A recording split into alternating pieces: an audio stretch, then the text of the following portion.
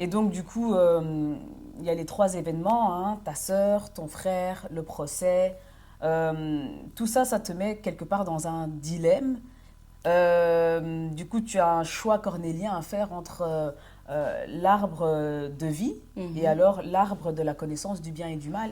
C'est bien ça? C'est ça. Le procès, qui est un tribunal dirigé par les hommes, est selon moi à chaque fois repoussé parce que je pense que je prends ma place de femme et du coup mon témoignage devient le procès de Dieu, ce qui lui donne sa place de juste juge. Et pour moi, en fait, je comprends par rapport à ma situation telle qu'elle s'annonce sur le moment il ne peut avoir de juge. C'est soit l'un ou l'autre. Tout comme il ne pouvait avoir deux arbres. Quand Ève a choisi celui de la connaissance du bien et du mal, Mhm. ben, celui de la vie, qu'est-ce qui s'est passé? Il a été retiré. Il a été retiré, Mhm. tu vois. Ouais. Et je pense, lors du premier procès, et à la mort de Fabrice, au moment du deuil, où je me suis retrouvée comme vide et catapultée dans mon état d'enfant, en souffrance et envahie, le but de cet appel à la base, hein, si le procès n'avait pas été repoussé, Mhm. je pense que ça allait me mener à ma propre condamnation. J'allais au bûcher Ok. parce que j'étais en partie ensevelie. J'allais subir ma propre condamnation dans le procès de Fabrice. Ok. Et tu sais que, figure-toi que plus ou moins 2 semaines avant le 13 mai, la date du procès, Mhm. ce qui va m'arriver, hein, j'ai rêvé de Fabrice pendant 3 jours d'affilée. Ok. 3 jours. Donc vendredi, samedi, dimanche. J'ai jamais vu une folie pareille. Ok. J'ai jamais vu une folie pareille. C'était fort. Et j'ai même eu peur, en fait. Ah, d'accord. J'ai eu peur. Et une chose me restait à l'esprit après ces rêves-là. Témoignage, témoignage, témoignage. Et comme c'était fort oppressant, je me rappelle, à 7 heures du matin, en fait, c'est là que j'ai écrit j'ai écrit un texte sur TikTok pour annoncer mon témoignage. Mhm. Je savais même pas comment j'allais faire. Je savais même pas comment j'allais m'y prendre, Mhm. ni la manière, ni avec les personnes avec qui j'allais tourner. Je savais même pas, je ne savais même pas. J'ai été poussée par une impulsion forte. Et c'est à la fin de cette même semaine Mhm. que j'ai commencé avec toi. Ah, ben voilà. Et, Oh, wow. tu sais, pour mon frère qui vient de perdre son bébé, j'ai pensé à une dispute il y a plusieurs mois que j'ai eue avec ma mère. Ok. Et on échangeait en fait au sujet de mon frère qui souffre de schizophrénie, hein. Mhm. Et encore une fois, elle m'attaquait en me disant laisse mes enfants. Et ce jour-là, quand elle me disait laisse mes enfants, il y avait un autre de mes frères qui dormait chez moi. Ok. Et moi, et cette période-là, en fait, euh, mon frère schizophrène, à ce moment-là, il avait fait une crise psychotique. Ok. Et moi, ce jour-là, de nouveau, je ne me suis pas déplacée. Parce que vraiment, voilà, enfin, en fait, vraiment, depuis la mort de Fabrice, j'ai arrêté parce qu'avant, je courais partout, tu vois. Je courais partout. Pour mon frère qui a fait la crise, je ne me suis pas déplacée non plus. Mais j'ai dit à ma mère, ce jour-là, c'est toi qui nous retiens. Parce que ma mère, une fois, m'a dit, oui, vous êtes mes étoiles. Et donc, moi, je lui ai dit, moi, je ne suis pas ton étoile, nous ne sommes pas ton étoile, et c'est toi qui nous retiens. Mais nous sommes libres. Et je lui ai dit, tu penses vraiment que Moïse avait besoin de l'aval du Pharaon pour sortir de l'Égypte? et Certainement pas. que, et que Dieu, tu penses qu'il se rabaisserait euh, à une décision d'un être humain? Ça, je dis ça à ma mère. Et Mhm. puis, évidemment, elle ne me répond pas. Et je lui dis, tu sais, les Israélites étaient déjà libres au moment où tu vois, Dieu les a recommandés de mettre du sang sur les portes.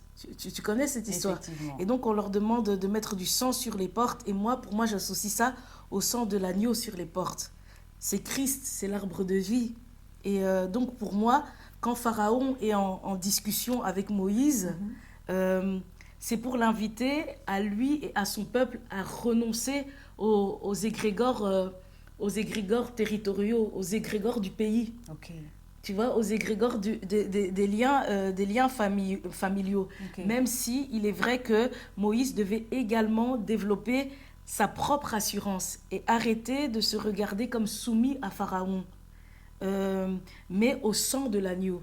C'est ça aussi que Moïse devait comprendre. En fait, il était déjà libre à ce moment-là. C'est ça. Le sang de l'agneau, l'arbre de vie. Et c'est ce que je fais en fait au fur et à mesure quand je fais ce témoignage. Je prends de l'assurance en fait durant ces tournages. Effectivement. Tu vois. Et quelque part, tu te détaches des égrégores familiaux aussi. Exactement. Au fur et à mesure. Au fur et à mesure. Voilà. Et du coup, quand je poste mes vidéos, et à côté, en fait, tu vois, je me détache des égrégores familiaux. Et qu'est-ce qui se passe aussi, c'est que un premier-né qui perd la vie le lendemain du procès annulé. Le premier-né de mon frère. Tu sais, à quoi ça te fait penser, ça? Si on est toujours dans l'histoire Dans l'histoire de Pharaon, il y avait aussi des fléaux, hein? Oui, Oui. dont les premiers-nés qui sont morts. Oh, wow. Et c'était les premiers-nés du peuple d'Égypte. Effectivement. Les premiers-nés du peuple d'Égypte, ils ont perdu... tous les Égyptiens ont perdu leur premier-né, tu vois. Et du coup, qu'est-ce qui s'est passé? J'ai eu tellement peur. J'ai été saisie, touchée. Et j'ai pensé à arrêter ce témoignage. J'ai dit à Dieu, mais c'est quoi ce bordel? Ouais, c'est ça. C'est quoi ce bordel? Les choses se passent en même moment que mes vidéos. Et puis à un moment, en fait, voilà, j'ai eu un moment d'accalmie. Puis je me suis souvenu d'un rêve que j'avais fait et dont j'en avais parlé à mon frère et à sa copine. Okay. À cette époque-là, sa copine n'était pas encore enceinte, en fait. Qu'est-ce qui s'est passé? C'est que mon frère voulait que... Ils avaient un peu des petites frictions avec sa copine. Et donc, mon frère voulait que sa copine, en fait, intègre un de mes groupes de thérapie. Et le jour, en fait, où sa copine me téléphone, durant la nuit, en fait... j'avais fait un rêve où un des fils aînés de mon père proposait à mon frère de rentrer dans leur clan.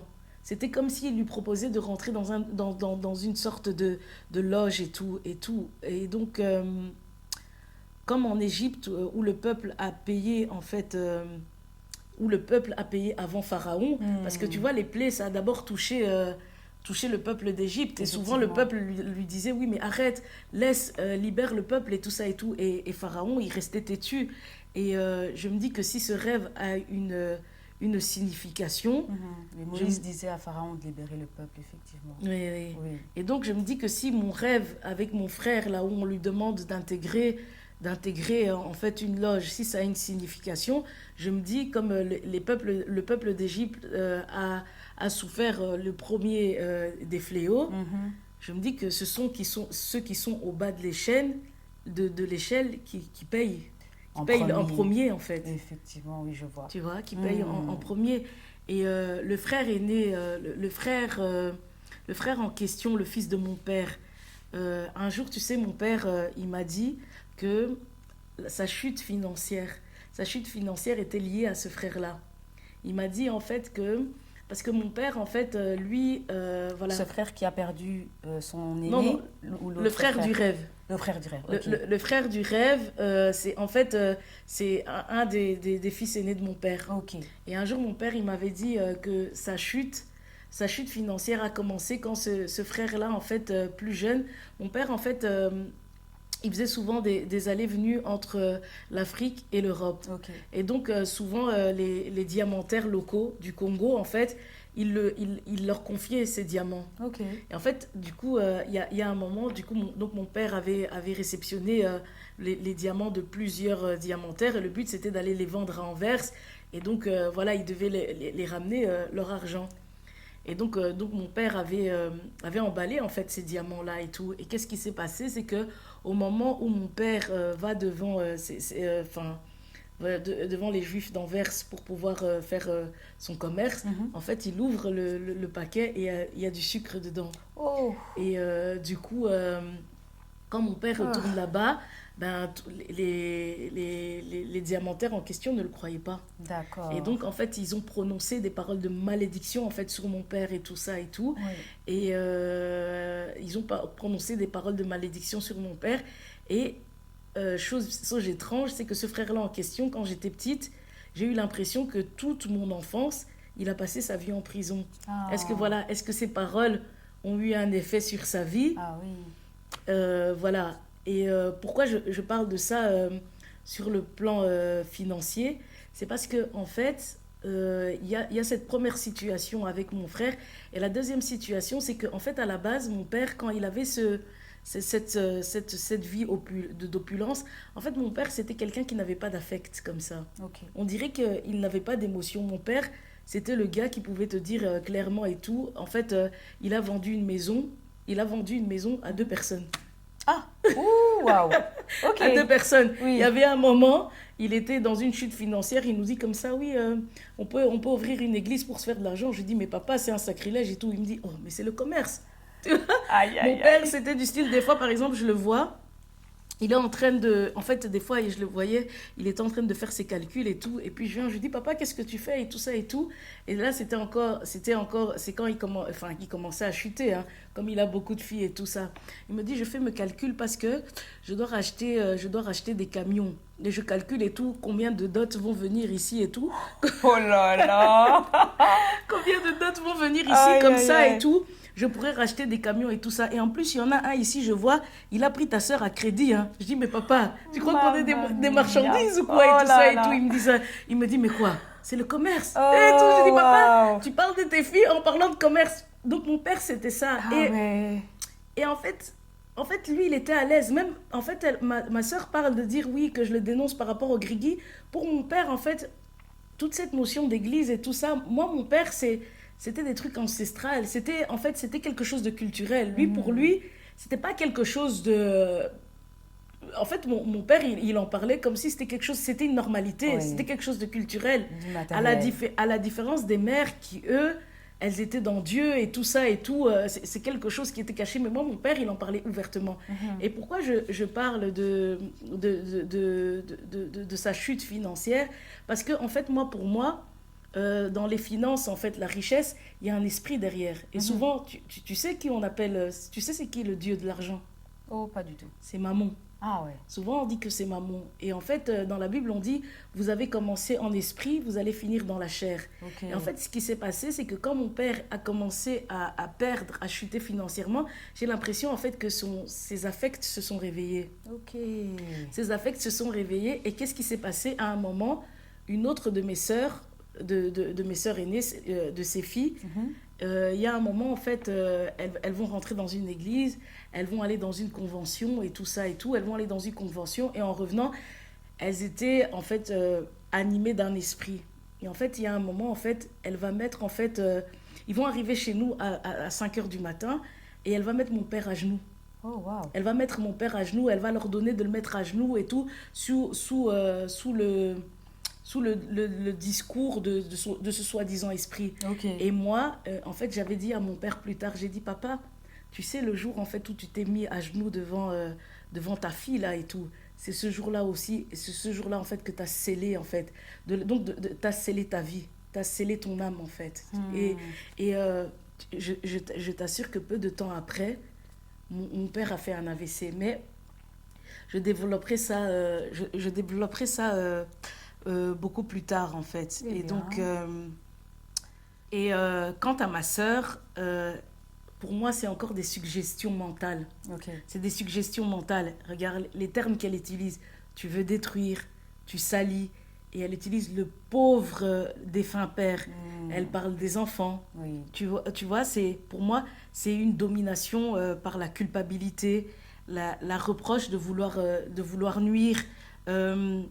C'est subtilement, en fait, te détourner de ton objectif et semer des graines de haine et de culpabilité. Oui. Tu vois? Là, c'est ta sœur qui t'a appelé dernièrement. Ouais, qui m'a appelé le 19 mai ici. Mhm. Et les liens de famille, Pour moi, tu te souviens mon amourette, Oui, mon amourette avec le premier Fabrice. oui. Eh ben moi, pour moi, les liens de famille, c'est comme mon amourette.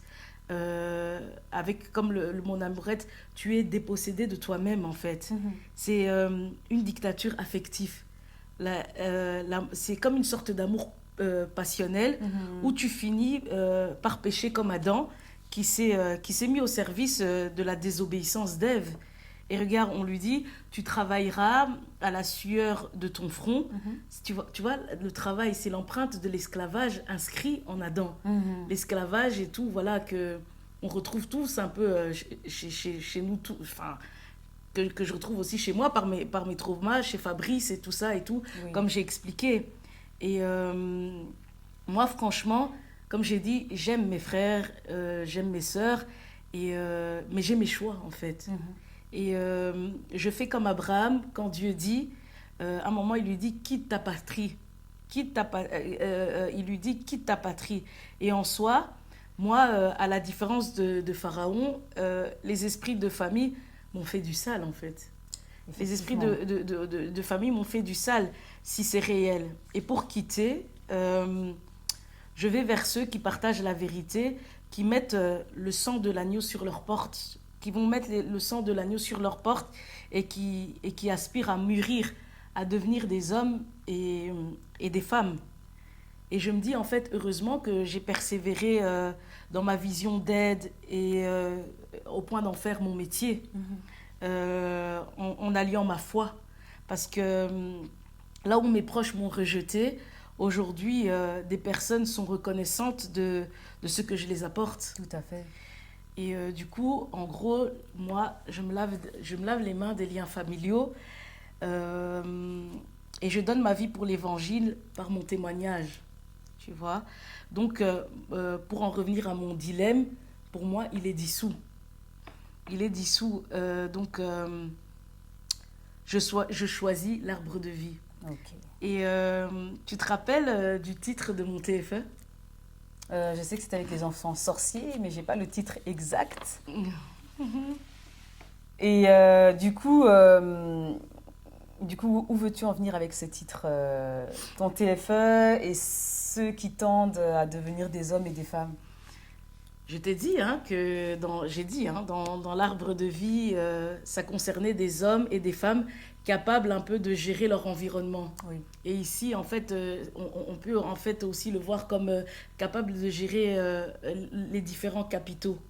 Bourdieu, en fait, en sociologie, il parle de, de, de quatre capitaux différents. Ok. On a une personne a un capital économique, culturel, social et symbolique. Ok. Et donc, toute cette gestion est liée, en fait, à l'amour des uns des autres et à l'amour de soi qui préside à l'amour de l'autre. C'est ce qu'on appelle de la compassion. Mhm. Et c'est vide de tout désir de domination.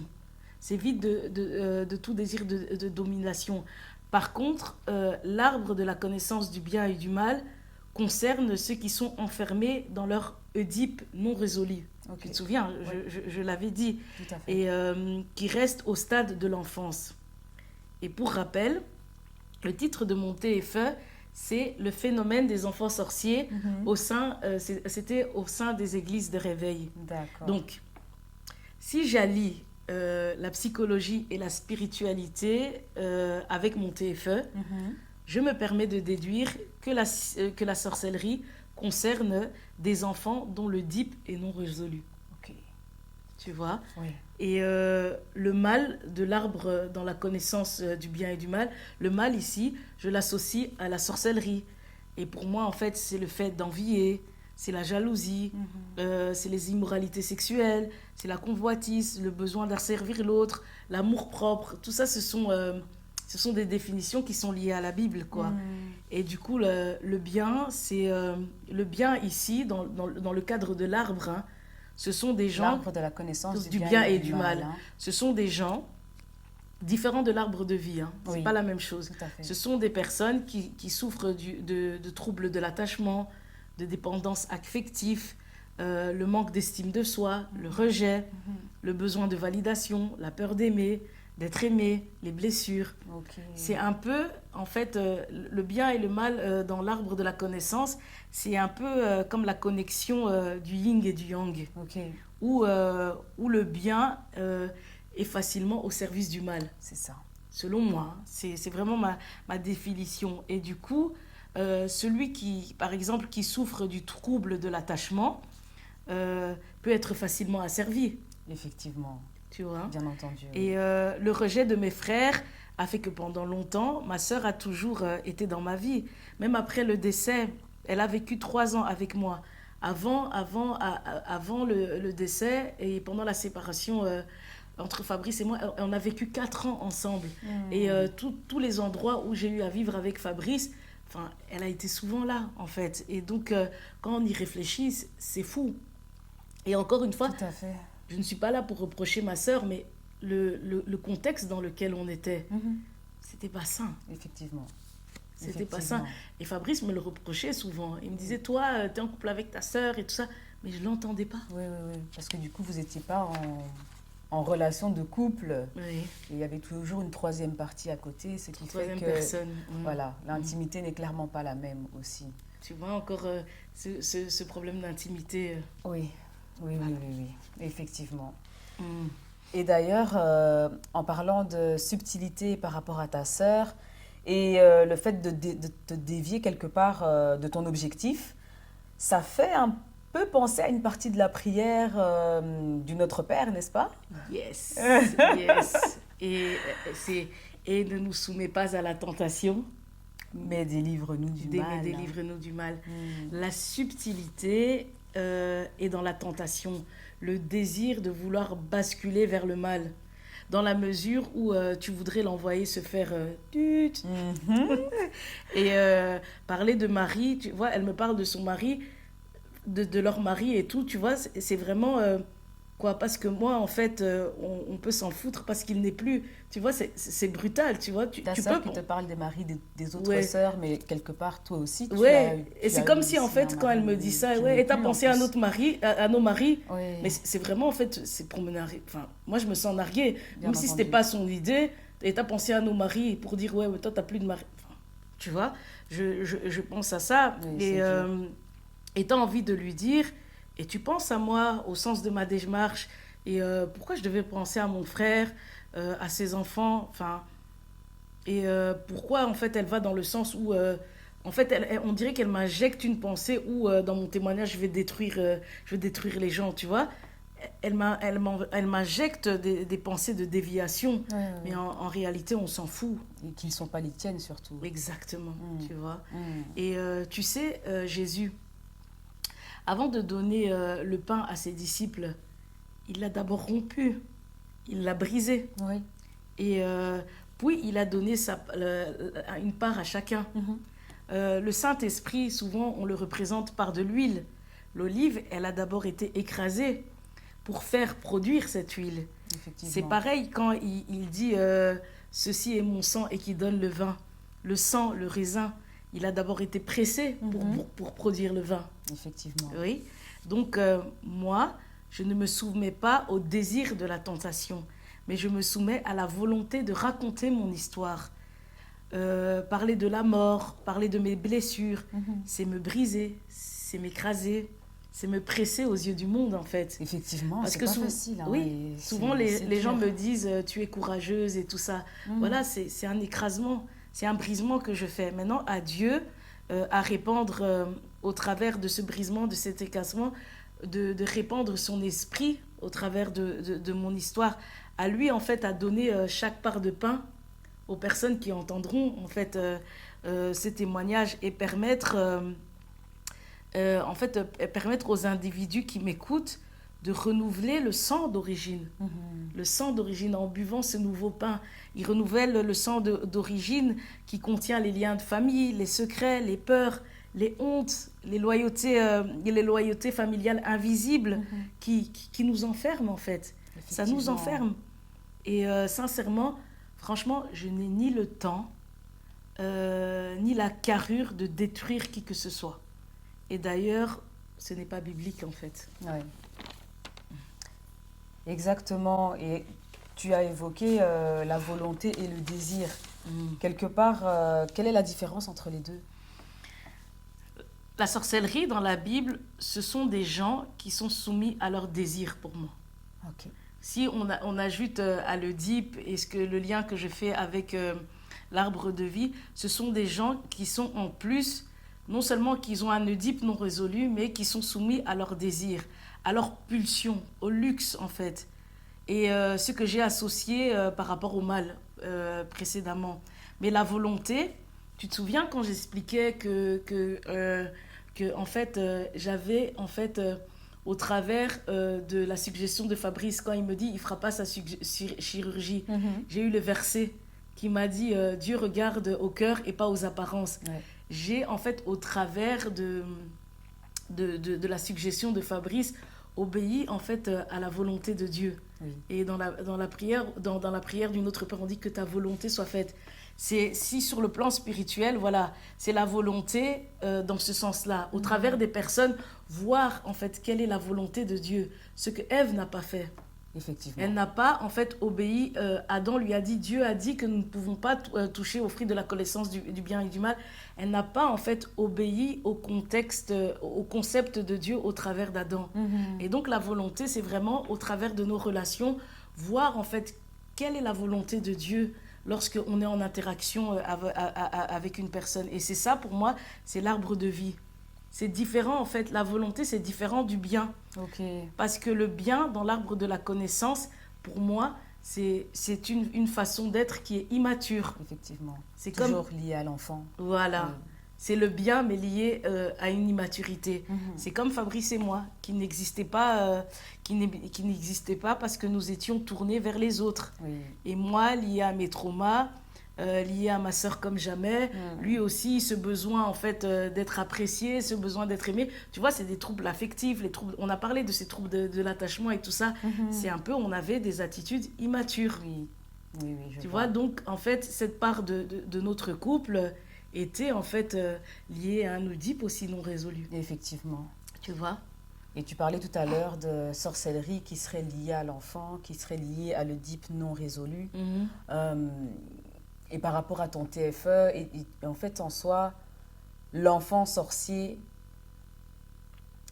comment faire le lien? L'enfant sorcier par rapport à l'enfant qui a un Oedipe non résolu, est-ce qu'il y a un lien entre les deux? C'est chouette ce que tu dis. Oui, en fait, l'enfant sorcier, moi, je le place du côté du mal. Ok. Mais l'enfant blessé, l'enfant blessé, je le place du côté du bien. Ok. Tu vois? Ok. Et donc, les deux enfants sont le fruit d'un Oedipe non résolu. Oui, d'accord. Mais c'est juste qu'un est tourné vers le mal, l'autre est tourné vers le bien. Tu te rappelles que Abel, Oui. il avait fait une offrande, mais Caïn, dans son mal, a voulu le tuer. La Tout à jalousie. fait, oui. Il a été jaloux de son frère.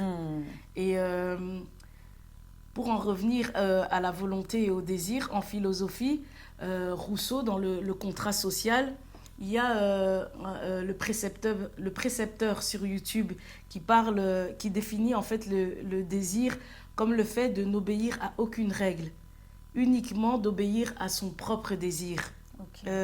Et c'est une inaptitude à la contrainte. En fait, on ne supporte pas qu'on nous mette un cadre.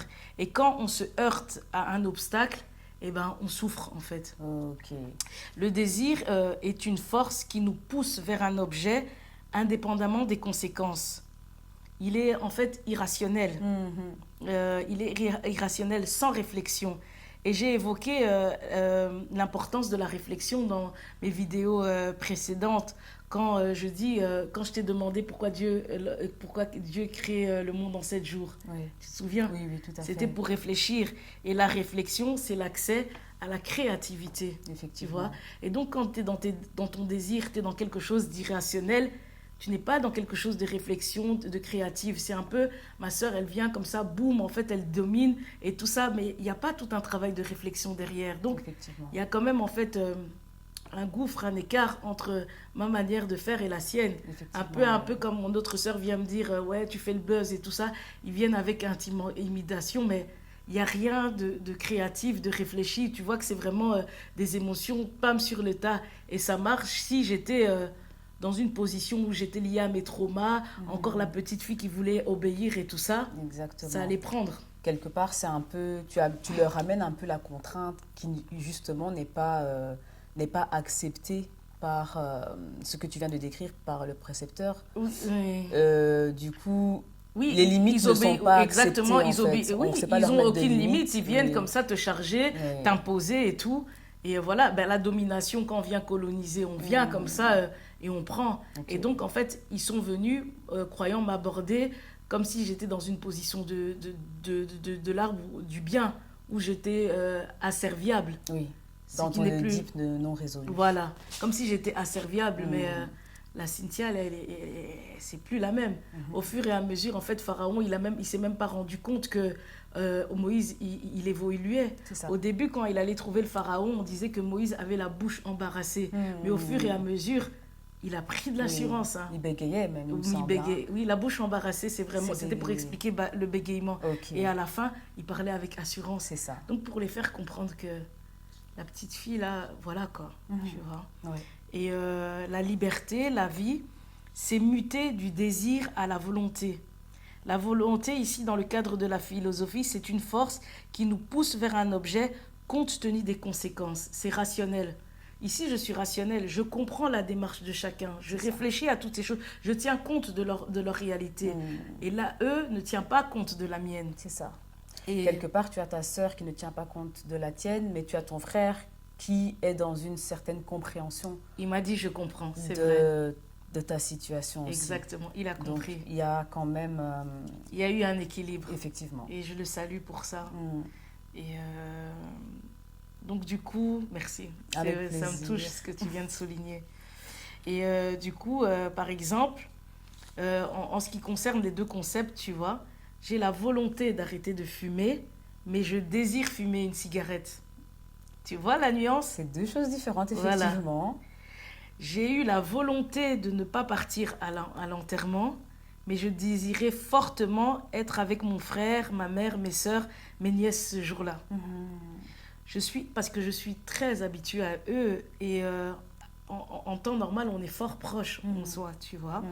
Et donc, ici, tu comprends que réaliser sa volonté passe par renoncer à son désir. C'est encore comme une fois, les deux ne peuvent pas être présents. Oui, effectivement. Soit c'est le désir, soit c'est la volonté. C'est comme l'arbre. Les deux ne peuvent pas être là en même temps. C'est soit on fume, soit on se retient de fumer. Voilà, c'est ça. C'est comme... On ne sait pas faire les deux en même temps. On ne sait pas. C'est vrai.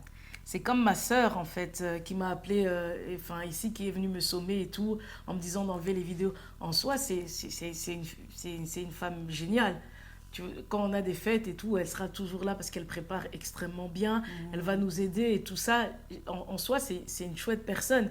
Mais là, la situation est telle que, comme je me retrouve dans une position où je vais passer du bien à tendre à une certaine maturité, ben, ça crée des conflits à cause du déséquilibre que je suis en train de causer. Oui, de créer quelque part. Oui. En prenant justement une place différente que le lien toxique présent. Exactement. Ouais. Et donc, mais dans tout ça, je suis dans une position où la volonté est une force dirigée par la raison. Je fais tout ça de façon raisonnée. Donc, ma décision de rester est bénéfique dans le fait de prendre soin maintenant de ma souffrance. Tout à fait. Tu vois? Et le désir est une force dirigée par la pulsion. Je suis habituée à eux, mais c'est rester avec des personnes à qui tu es attaché, mais qui n'ont que faire en fait de l'état émotionnel et avec qui je suis malheureusement souvent brutalisée parce que mon langage, ma façon d'être est très émotionnelle et aider est souvent vu chez eux, pour eux comme une menace, une attaque. Ils se sentent souvent attaqués, menacés et du coup aujourd'hui la mort m'impose encore une fois d'aller vers ceux qui sont nourris par mon savoir et ma personnalité émotionnelle. C'est ce qui fait que tu suis cette volonté quelque part. Exactement. Là où dans ton Oedipe non résolu, malgré qu'il y avait tous ces représailles de la part de ta famille qui te mettaient à mal, tu étais présente. Là, cette fois-ci, c'est dur parce que tu as eu cette habitude-là, mais tu prends le temps de faire ce qu'il faut pour que toi, tu ailles bien et que tu ne puisses plus te faire malmener de la même manière et prendre le temps de t'occuper de toi quelque part. Et il y a un choix à faire. Exactement. Tu te rappelles même dans mon amourette, en fait, je l'aimais beaucoup, mais j'étais perturbée, il fallait que je parle aux gens, j'étais oppressée et tout ça. Donc c'est quelque chose de beau en apparence, mais ça torture. Par contre, l'amour que j'avais avec Fabrice, j'étais libre, tu vois. J'étais libre, j'ai évolué dans d'autres cadres. J'ai bien évolué. Donc ici, dans le cadre de la volonté, j'écoute mes souffrances et je renonce en fait à ces habitudes, à ce désir d'être avec ma famille. Mais aujourd'hui, sincèrement, avec ce choix et cette raison, je me sens alignée. C'est ça. Je me sens grandie, je me sens à l'aise à l'intérieur de moi, même si je suis seule. Oui, je vois. Et là, en fait, pour revenir sur le fait que tu disais que ce n'est pas contre les personnes, les membres de ta famille, mais c'est par rapport à la place qui est occupée, au lien qui est maintenu, ça veut dire aussi beaucoup. Ça veut dire aussi que certains membres de ta famille qui prendraient parti de tout simplement faire attention aussi à ton émotionnel, tu ne serais pas contre le fait de continuer de créer du lien. Bien sûr que non. T'es mignonne, toi. Juste pour remettre les choses au clair. Moi, ouais, bien sûr que non. Mais bien sûr, on va essayer. Là où moi aussi, je suis ouverte enfin, qu'il y ait une entraide réciproque, un respect de chacun, en fait. Mutuel. Mutuel. C'est tout ce que je demande, en fait. Oui. Donc, voilà. Et donc,